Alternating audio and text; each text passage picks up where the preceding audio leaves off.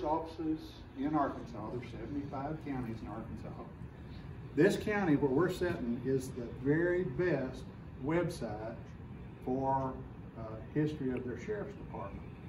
I think they have an image of every sheriff that's served here except for two. Except for two. Anybody can find those two pictures, you'll probably get a steak dinner. Yeah. Jeff will buy it. And also, we can certainly offer our thanks and appreciation to Mary Ann for her two great books documenting the homicides that occurred throughout the history of Baxter County. That had to be a daunting task to go through there and do all that. So thank you very much. And I know Jeff and others had a big hand in the website. Keep up the good work, guys. It's very impressive. Let me ask you, are there any active law enforcement officers in the room tonight? Would you please stand up? Yes, park rangers are law enforcement officers, statewide authority. Those guys are all park rangers. Josh Jeffers, the superintendent at Pinnacle Mountain State Park. Stuart Taylor from Perrin Mountain Home. He's one of our star pistol shooters. Didn't know y'all raised good pistol shooters, but Stuart is one. And Tracy King, bless him, he ran Bull Shoals, White River State Park for many years, did a fantastic job. And to punish him, they gave him my old job when I retired. I feel so sorry. Thank you all for your service. Thank you very much. And I know we might have a retired officer or two. Any retired officers? Please, Marion, stand up. I see one hiding back there that's not standing up. Let me take a minute to embarrass a friend of mine, folks. There's a lot of law enforcement officers in this great state that have done great things. They've saved lives, they've stopped crime, they've done all kinds of things. But this man probably, to me anyway, exemplifies a great law enforcement. This is an old Ozark boy from over in Madison County. He decided he wanted to be a state trooper instead of a school teacher. And he went to the state police, worked his way up into the criminal investigation division. He was one of the best criminal investigators the state police had. You remember the blue light rapist case over in Eastern Arkansas? There's a man back there that gets the credit for saving, or serving the public and saving us from that guy. He also retired at the request of Governor Huckabee and ran the crime lab for a while. Remember when it was a mess and they couldn't find the door, much less the evidence they had stored? This is the man that pulled it out of the fire and saved us all by redoing the crime.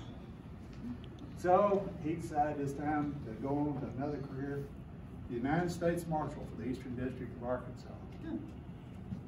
Did that till politics changed the office, and then the governor asked him to be the colonel of the Arkansas State Police.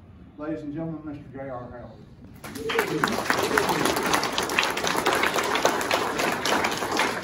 Thank you all for what you do. I only want to say those three times was 66 cents to get you senior coffee at Perrin.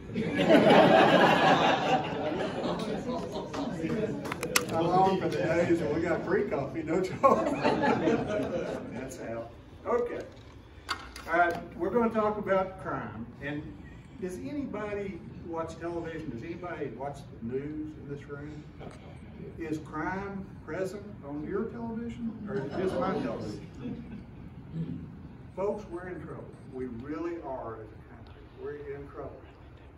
We need a lot of prayers, like Kim and Marcus and people that are pastors who can lead us in prayer to straighten out some of the mess we're in right now. I don't care what political affiliation you are, but you bleed just the same if you're a Democrat or a Republican. And you hate to lose your property if you're a Democrat or a Republican. And you hate for your grandkids to get hurt or taken away from you, sold into who knows what. So we've got to get this crime wave that we're in under control. I'm not a sociologist. I'm an amateur historian, so I can't speak to this with great authority, but the little bit of studying I've done through the history, and my focus has been mostly 1800s up to now. We've been in other bad crime waves. Everybody thinks the Old West was a crime wave. Marcus says there was somebody killed at Dodge City every day that he watched Gunsmoke. Matt Dillon got it every week. I mean, it was every weekly thing. Hollywood ruined it for us. They really did. They told us things that weren't true.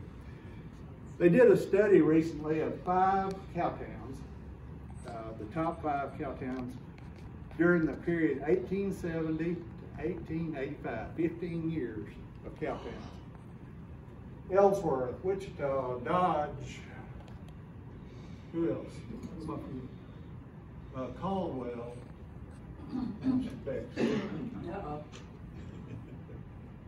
Abilene.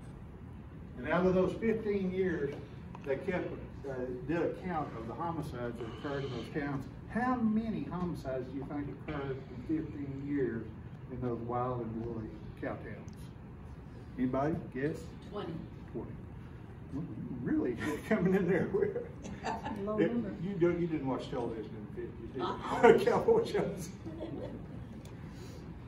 I thought it would be an astronomical number. I really did, because I've read a lot of the Western books, and there was a lot of homicides, but it obviously wasn't centered strictly in the cow towns. There are only 45 homicides. Little Rock can beat that on good eating. It's not as bad as it is now. The next crime wave that came around that really shocked America was one of those social experiments. We've been in a few of those. Thank you, government. Outlawing alcohol. That didn't go over well. 1920 to 1933, there were 2,516 known law enforcement officers killed during the time of Prohibition. For what? To stop somebody from drinking? I mean, we're in the same boat with drugs. You know, we've got to have the enforcement. We've got to educate, stop. We've got to do something, but it still costs us lives every day. A real good friend of mine and Jimmy Hinkles, we went to school with, was a DEA agent and lost his life in Peru in '89. He was in there blowing up cocoa labs. Cost us one of our best friends. The thing that turned the era of the Depression and Prohibition around was a pretty shocking event called the Kansas City Massacre. You might want to read up on it a little bit. We're going to talk about criminals and law enforcement officers. Let me read some names out to you. And if you have not heard of this name, raise your hand. If you've heard of it, just keep your hand down. Jesse James, Henry Starr, Elijah Hagler, William Bonney, Leroy Kelly, John Dillinger, Charles Floyd, Manley Jackson, Clyde Barrow, Alvin Carpus, and dear sweet Ma Parker. Everybody knows the names of criminals. Very few people know the names of heroes. Heroes' names are lost in pages of history. A lot of things are. There's somewhere over 23,000 names on the National Memorial for law enforcement officers killed in the line of duty. The Arkansas State Memorial has somewhere over 350. But there are untold hundreds of people that should be on these memorials that have been lost. And that's a challenge I always make to historical societies, to keep your eyes open, see if you read about an officer killed in the line of duty in the 1920s or 1880s, and check his name and see if it's on the National Memorial. If it's not, get in touch with the law enforcement agency that you work for if they're still in existence. If not, find somebody else that will help you, and we'll try to get him remembered.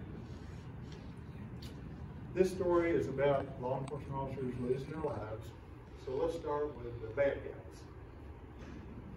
The Barker family They were from the Ozarks, just like all of us are. George Barker started sparking a little girl named Arizona Donnie Clark. And they got married and lived in southwest Missouri, moved around from different towns. They settled when their children were born in the town of Webb City, a Joplin suburb, a mining town. And they had a hard time there because you know what happened when they lived there?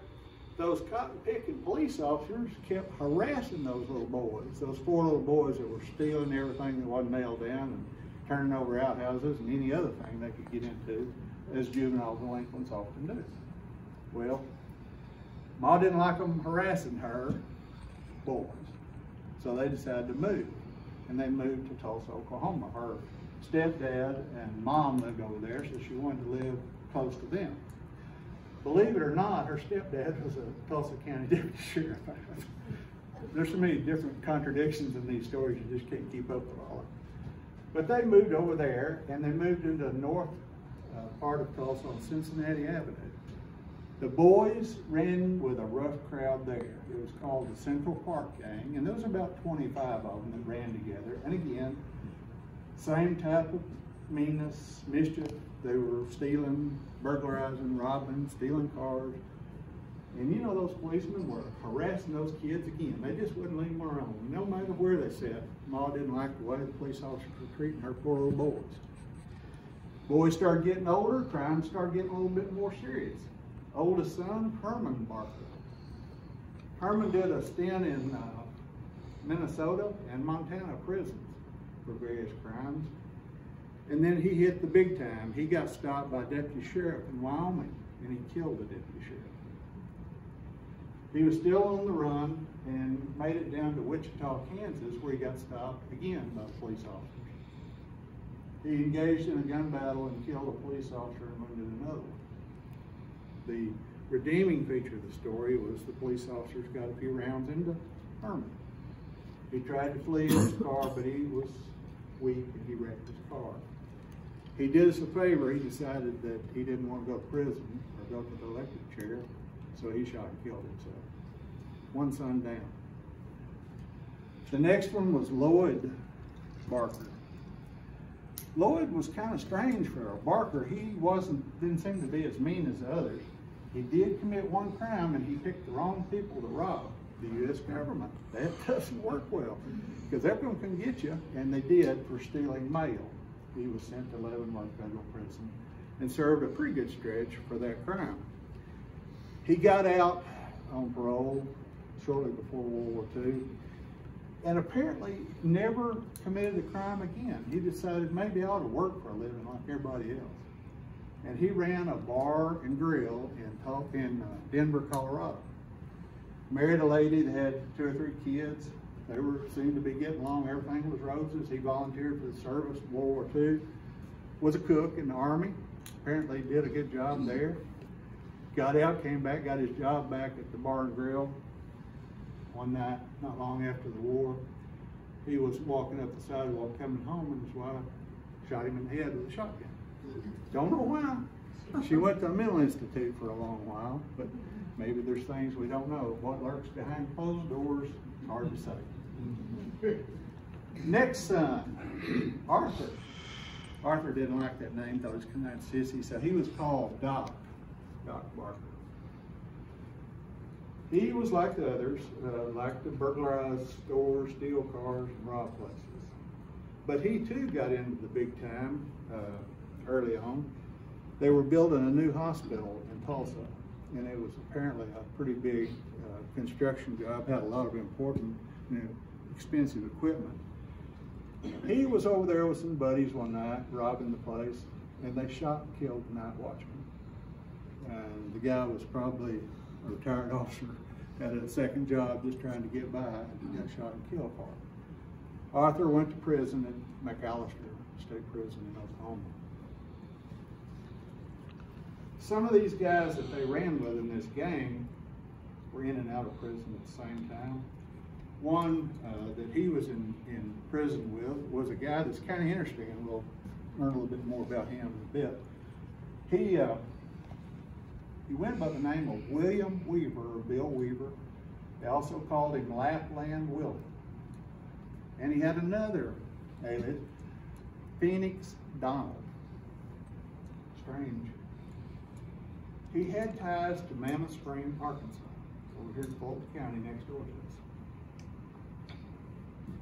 I spent several years trying to find a William Weaver in the records over there in the cemeteries. Couldn't find him. One day I had a brain fizz or something and figured out maybe Phoenix Donald was his real name. Now, nobody would be named Phoenix Donald. I mean, that's too strange. Sure enough, he's buried over there in Riverside Cemetery, Phoenix Donald. He got to be friends with Doc, and when he got out, he became one of the gang. He had already had the good qualifications. He killed a police officer in Oklahoma after they robbed a bank over there, and they're trying to get away, and he shot and killed a police officer. Went to see Ma after he got out of prison, and I think he's the one that talked Ma into leaving that Tulsa, where all those mean police officers were harassing those innocent little boys, and moving somewhere else. They moved to Thayer, Missouri, right across the line from Mammoth Spring. They call it Lapland because the cities kind of lap over each other over there, but I think that Phoenix Donald was driving force behind that. His father and mother had already deceased. He had two sisters there. Kind of strange, Jeff. One of his sisters was married to the sheriff of Fulton County. Here's the Barker gang moving in Fulton County, or right across the line, and for some reason the sheriff didn't know about that. It's kind of odd, but he was a one-term sheriff, and I'm mad at no way.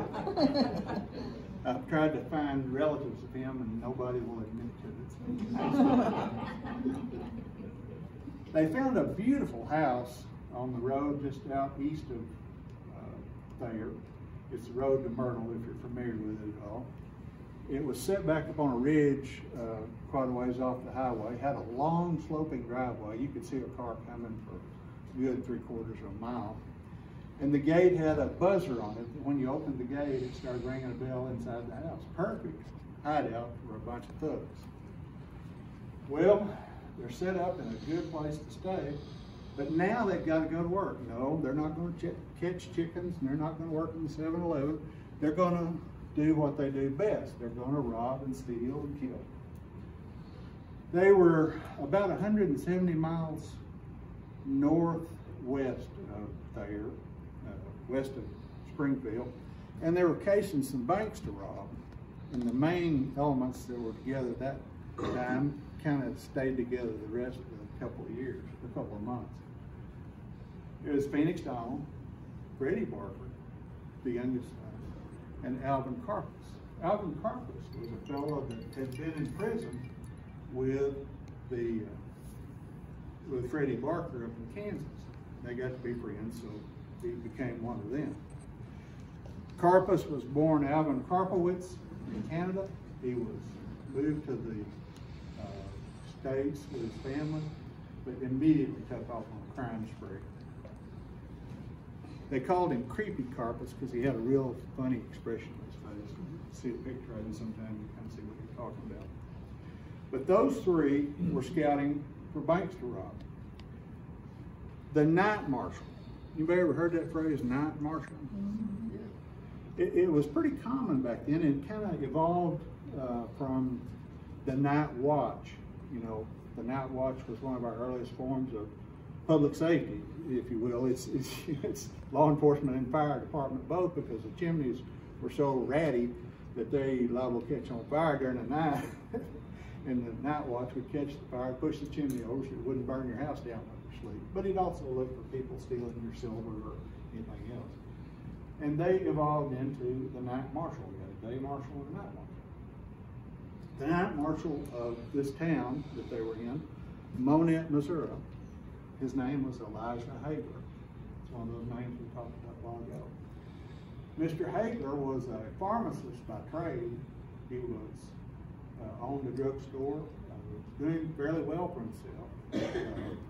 Had 3 young daughters. 1921, his wife died of an illness. And he was left to raise those kids. And then the Depression took his drugstore and his livelihood. So it just so happened that his best friend was the chief of police of Monette and offered him a job as night marshal. Foot patrol making his rounds, sees as he's walking past Hildreth Chevrolet place there in Monette, he sees a new car being pushed out of the bay by two guys. And he knows this is not right, so he draws his gun and tells them to raise their hands. Well, the two pushing the car did. The one steering the car didn't. He raised a handgun and shot Marshall in the chest. The three fled without the new car. And thanks to a faulty eyewitness description and a terrible prosecution effort, two guys from Arkansas were arrested for shooting Marshall Hagler, tried and convicted and sent to the Missouri Penitentiary. And we'll find out who the real killers were, but we won't find that out till 1971, so you've got to hang on a little bit on that one. The guys knew there was no heat on them for shooting this officer.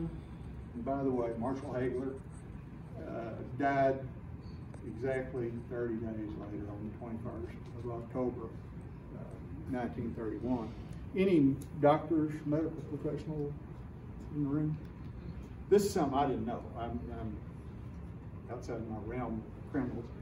Apparently, when a person is quadriplegic back then, there was no medical safe way to see that they received nutrition and were fed. So basically, he starved to death as a result of a gunshot wound. What a horrible, horrible death. The guys went back home to Mom. She fixed them some cornbread and beans, I'm sure. And they decided they better get some grocery money to buy some more cornbread and beans. So they traveled about 54 miles northeast of there to a little town of Mountain View, Missouri. And this was a favorite tactic of theirs for bank jobs. They broke into the bank of Mountain View at 3 a.m. in the morning. No alarms, no nothing set off. So they settled down in the conference room and make themselves comfortable until the staff got there the next morning. They said Phoenix Donald crawled up on the conference room table and went to sleep. They apparently weren't too worried about law enforcement at that time. The employees got there, they met them at the door with guns. They forced them to open the vault. They removed $14,000, which is a considerable sum in 1931. Live on that for a while, but apparently they were greedy. They didn't lock the people in the vault. They put them in the vault, threatened them not to come out for so many minutes, and they left them there. Got away with another one. They weren't happy with that one, so they decided to look for something else to rob. They traveled 50 some odd miles southeast of there to the town of Pocahontas, Arkansas, over in Randolph County. Just so happened that's my great uncle was the deputy sheriff there in that town at the time this happened. The night marshal there was a fellow by the name of Albert Manley Jackson. His dad had been sheriff of Randolph County for several terms, was currently serving as a state representative. Manley was making his rounds on foot, and he sees a car on the court square in Pocahontas. Pocahontas, in 1931, rolled up the sidewalks at dark. May still roll up the sidewalks. A lot of towns do, you know, especially this populated by old people and me that go to bed early. And if I'm keeping anybody up, you feel free to get up and go to bed. I might have to if I keep sleeping. But anyway, he sees this car sitting there. So, good officer, it picks his interest, so he's going over to take a look at it. In the meantime, he stops and draws out his notebook and a pencil, and he jots down the license number, just in case something happens to him. Right, Tracy? Mm-hmm. And he didn't know that Phoenix Donald had got out of the car and wandered off up the alley looking at the back door of one of the banks. So he's standing there jotting down the license number, and Phoenix Donald sticks a gun in the back of his head and takes him prisoner. They put him in the car with criminals. They head out, and the next morning, and been reported missing yet. The next morning, a couple was headed into Pocahontas on Highway 90. And they see an opportunity for the missus to answer a call of nature, is a polite way to say it. So they stop, she wanders out in the woods, and what she finds? A body. A man shot in the back 5 times with a .45 automatic. It was Manley Jackson. The same thing occurred over at Pocahontas, almost identical to the case in Monette. A local man confessed to the killing. He said, I did it, and my friend Joe was with me, he did it, and the city marshal put us up to it. The city marshal hired him to kill the night marshal. A little strange, but again, we've got a conviction, a prison term, a lot of court cases going on about that. You can find some Supreme Court cases or state Supreme Court cases on that if you look on the web. But again, in later years, 1971 to be exact, we find out who actually killed Manley Jackson. Now, I think you've got a pretty good idea who it probably was. November, December 1931, it's starting to get cold, probably about like it was this winter, snow everywhere. Needing new coats, new sweaters, new scarves, new gloves. So somebody breaks into the McCallion department store on Court Square in West Plains, Missouri. And the owners, when they report the crime the next morning, they say they took only the best, the most expensive item in everything they took. They took selected sizes, several different sizes of men's clothing, and one of women's clothing, and got away in the middle of the night. That was on the 17th of December. On the 19th of December, a blue DeSoto car pulls into a Davidson's garage just off the square in West Plains. Anybody here for Joe Smith's program a couple months ago? Yeah. Do you remember him talking about his grandfather ran the ferry across the Norfolk River? Do you remember him talking about a blue DeSoto that he ferried across the river? He's gone into great detail with me. He said this brand new DeSoto came onto the ferry, and the guy didn't act too friendly when he pulled on, and like he normally did, Joe said his grandpa walked up, was going to just pass the time of day with a fellow, visit with him like we do in the Ozarks. He said when he walked up there, the guy turned his head real quickly, and he said I could tell that he didn't want to talk to me or didn't want to be seen. But I did glance in the back seat of that car, and there was a Thompson submachine gun laying back there. I said I didn't want to talk to him then. So he went on off the ferry and rode off to the east, and we know where he probably wound up, because he was later identified by Joe's grandfather as Alvin Carpus. When the car pulled into the garage there, they told him they had a couple of flats they needed fixed. There were 3 people in the car, 2 men and a younger fellow, like an early 20s guy. And the garage owner looked in the back seat and saw some new clothes with a tag still there. So he knew it was probably involved with the McCallion department store robbery or burglary. He looked out the front door of his garage, and the post office then sat right across the street from it. And he saw Calvin Leroy Kelly coming out of the post office with his mail. Calvin Leroy Kelly was the sheriff of Powell County. He came from a family of sheriffs, Carter County up in Van Buren, Missouri. His dad and his uncle both had served terms as sheriff up there. For some reason, he moved down to Howell County. Well liked, well loved. He wasn't quite Andy Griffin, but he didn't carry a gun a lot. He kept the gun in his car if he needed it. Well, when the garage owner told him what he suspected, he said, wait just a second, let me go get my gun. It was in a pocket holster, and he put it inside his overcoat pocket. Winter, remember, it's cold, everybody's bundled up. So he strolls into the garage. The 2 guys are outside the car. And I don't know how they made him so quick unless somebody said, good morning, Sheriff, or he had his badge on the outside of his coat. But they immediately pulled guns, these 2 men, and the sheriff saw what they were doing and tried to draw his weapon. It was inside his coat, in a pocket, in a holster. He didn't make it. They fired multiple shots, and he fell dead there on the floor of Davidson's garage. One guy jumped in the car and took off in the car. The other guy took off on foot, went down the alley behind the pawn shop markets, and slipped and fell, and they thought they'd got him, but he got up and made it out of there. Large manhunt ensued.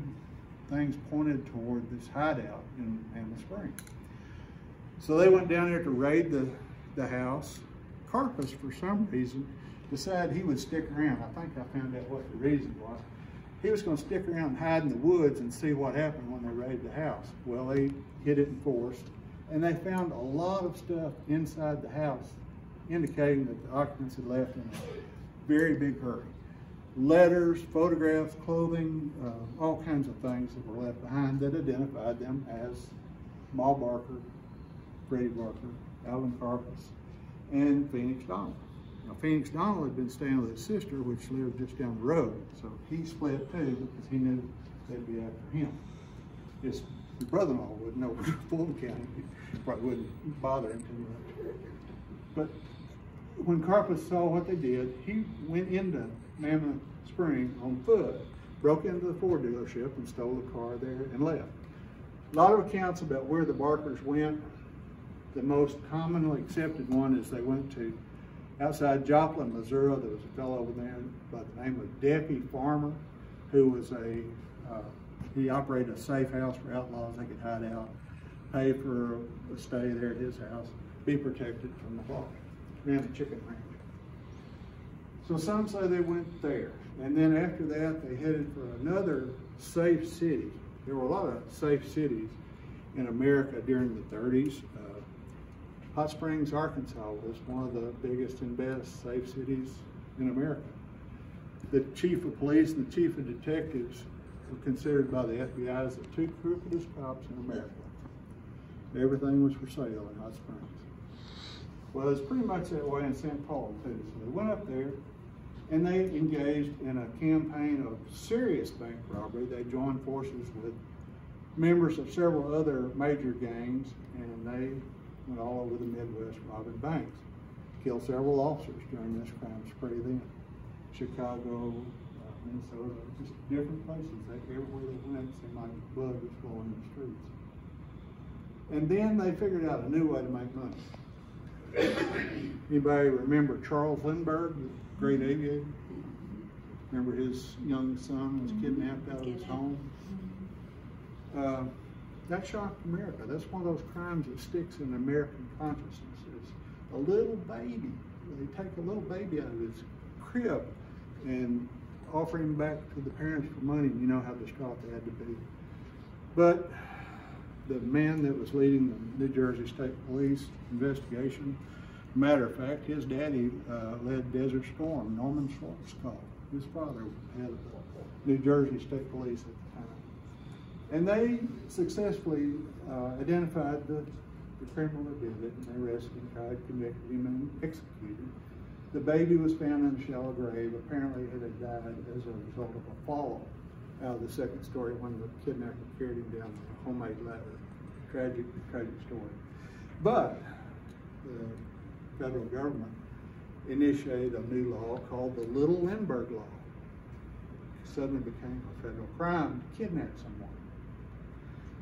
As a matter of consequence, a guy from Imboden, Arkansas, was one of the first people ever convicted of the Little Lindbergh Law.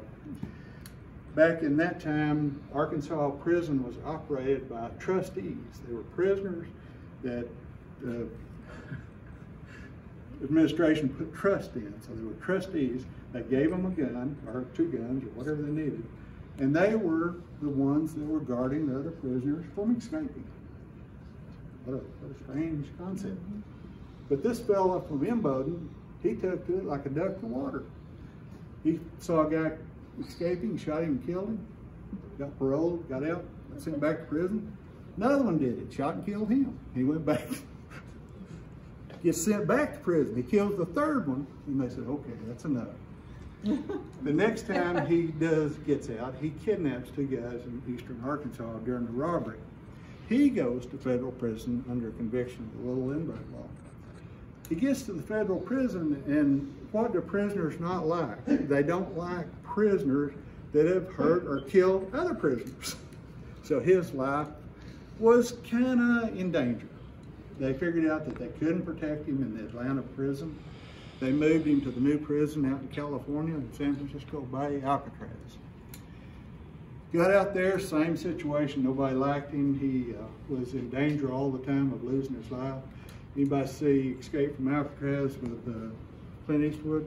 Remember the guy chopped his fingers off with a hatchet? That was the guy from Imboden, Arkansas. They changed the names to protect the guilty, but that was him. And he eventually got out of prison, lived his life there in Imboden. I was going to go interview him one day when I was in college. My dad said, "You're not going anywhere near that place." Why not? I couldn't understand. I mean, that allowed an incredible interview opportunity to get away from it. But it's sad that when a little baby is killed like that, it is. The heat that brought on to the Barkers after these was tremendous.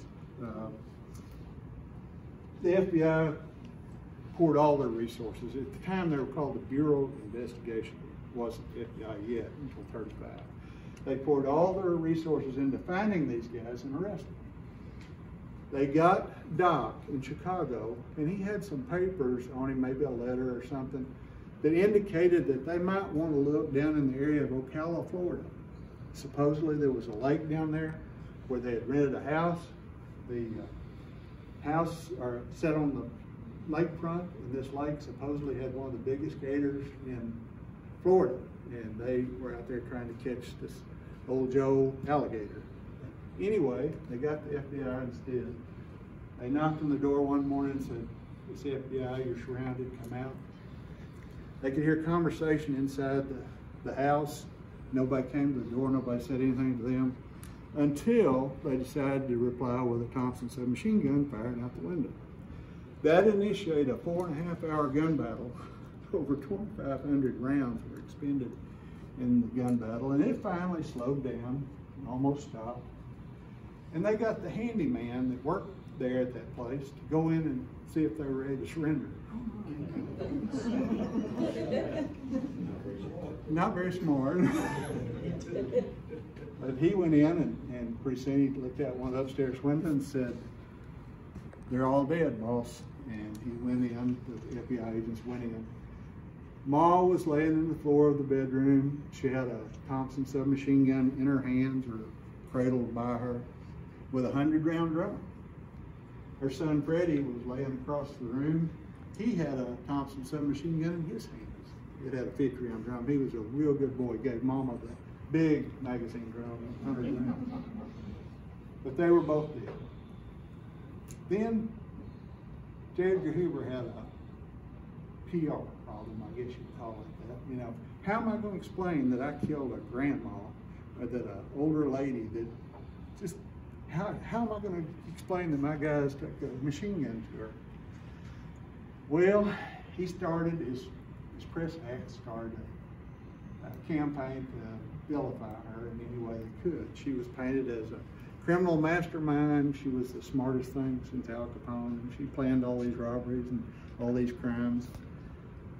And then several of the people that knew Ma said that she couldn't plan breakfast, much less a bank robbery. They said all she did was go places with her boys, and she liked to sit and listen to the radio, Amos and Andy and hillbilly music. But she was dead.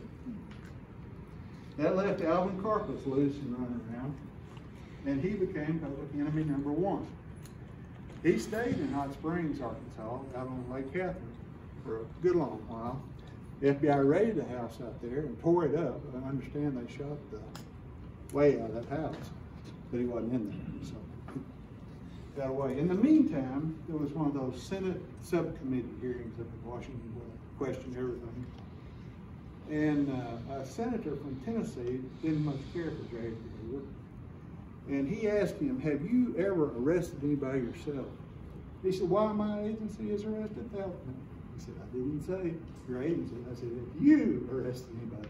And of course, he had to say no. He hadn't. J. Edgar Hoover started his career as a government bureaucrat clerk, and he worked his way up.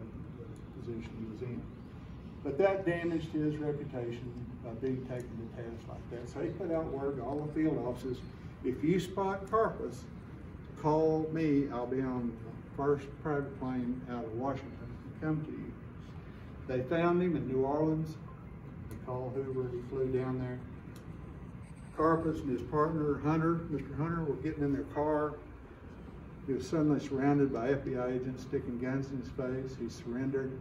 And one of them turned around and yelled, "We got him, boss." And Hoover came out from behind the building and said, "You're under arrest." So, made him feel a little better, I guess. Carpus was convicted of kidnapping, sent to Alcatraz.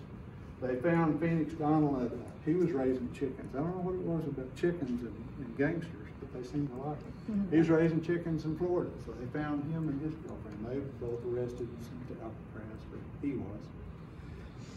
Doc was there waiting on him. He was in Alcatraz. And Doc was impatient. In 1939, I believe it was, he and two other guys decided to break out of Alcatraz. And that supposedly wasn't impossible, but it was pretty darn near. And they tried, and Doc refused to surrender when the guards told him to stop, and he lost his life with gunfire from the guards. He was buried in California. Lloyd had been buried in Colorado. Herman was buried in a little windswept cemetery over here in Oklahoma called Welch, Oklahoma. It's called Timber Hill Cemetery. So he was there, Herman was, and they took Ma and Freddie over there, and they put up stones for the other brothers. So that's supposedly the resting place of the Barkers. But at least three of them, and four if you count their divorced daddy, he wound up there too.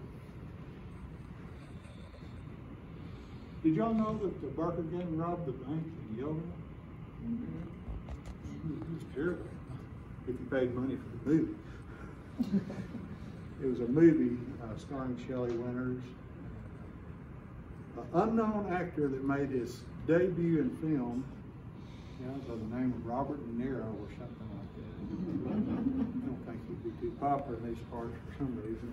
But anyway, they got away with that robbery. Thanks to Everson Miller. That's pretty much the story of the Barkers. Got a few things that I want to share with you. There's some posters up here that from an exhibit down in Little Rock, the badges, bandits, and bars. There's a few of them. If you'd like to have one, you're welcome to it. Don't take the reward poster. That was Mrs. Kelly's reward poster. She was appointed sheriff after her husband was killed, and that was the one she kept in her home. In the display case is Sheriff Kelly's revolver and holster that he was trying to draw the day Freddie Barker and Al Barker shot. Folks, I don't know if we ever are going to, but we're in a time where if we don't do something soon about the crime wave that's ripping this country apart, we're going to be in trouble. And it's going to take each one of you in this room saying, that's enough. We've got to stop it. And Jeff and JR, Tracy, all the guys will tell you, they may only be 10 or 15 minutes away from your house. But if the criminal's already there, they can't help until they get there. And a lot can happen in 10 or 15 minutes. Our choice of location that most of us live in here is a wonderful place. We have a great sheriff's office. We have a great police department. We have a wonderful citizen base here. But that can change overnight. You know, we're seeing mass exoduses from certain states, and they're coming to areas like this. And this can change too, and it can bring all kinds of problems to Jeff's front door we have to deal with here. But keep in mind that we can't let it go on like it's going right now. 1874, a fellow by the name of Isaac Charles Parker. Anybody ever heard of him? He was appointed to the judgeship of the federal bench for the Western District of Arkansas and the Indian Territory. That comprised 74,000 square miles in total. That's a lot of territory to have to patrol. And that was on horse. It was pretty bad. It was a lawless place. Indians had their own law enforcement system, their own court system, but they could not touch white people. They were immune from Indian law enforcement. So therefore, that's why we wound up with the Indian Territory attached to the Western District of Arkansas. His first major term of court, he had several capital cases come up before him. Eventually, 6 people were charged with capital crimes and convicted. They were sentenced to death by the jury and Judge Parker. And he decided to hang all 6 of those people on the gallows at one time in September of 1875. And that shocked the nation. I mean, nowadays it takes something pretty catastrophic to shock our nation now, but that shocked the nation. And it was front page news in every English language newspaper across the country, out of the country in some places. And they called him a hanging judge. And he often responded, "I don't hang people, the law does." A Fort Smith newspaper had a little bit of common sense about their write-up. And one of the comments they made sticks with me to this day. I wasn't alive in 1874, but I read it a long time ago. And we all need to remember it. It said, "Without the certainty of punishment, there is no deterrent to crime." Period. Period. And we are losing grip on our country. You have to make the choice. Law and order or anarchy is sitting there waiting on you. God bless you. Thank you. I'll take any questions you might have. Thank you.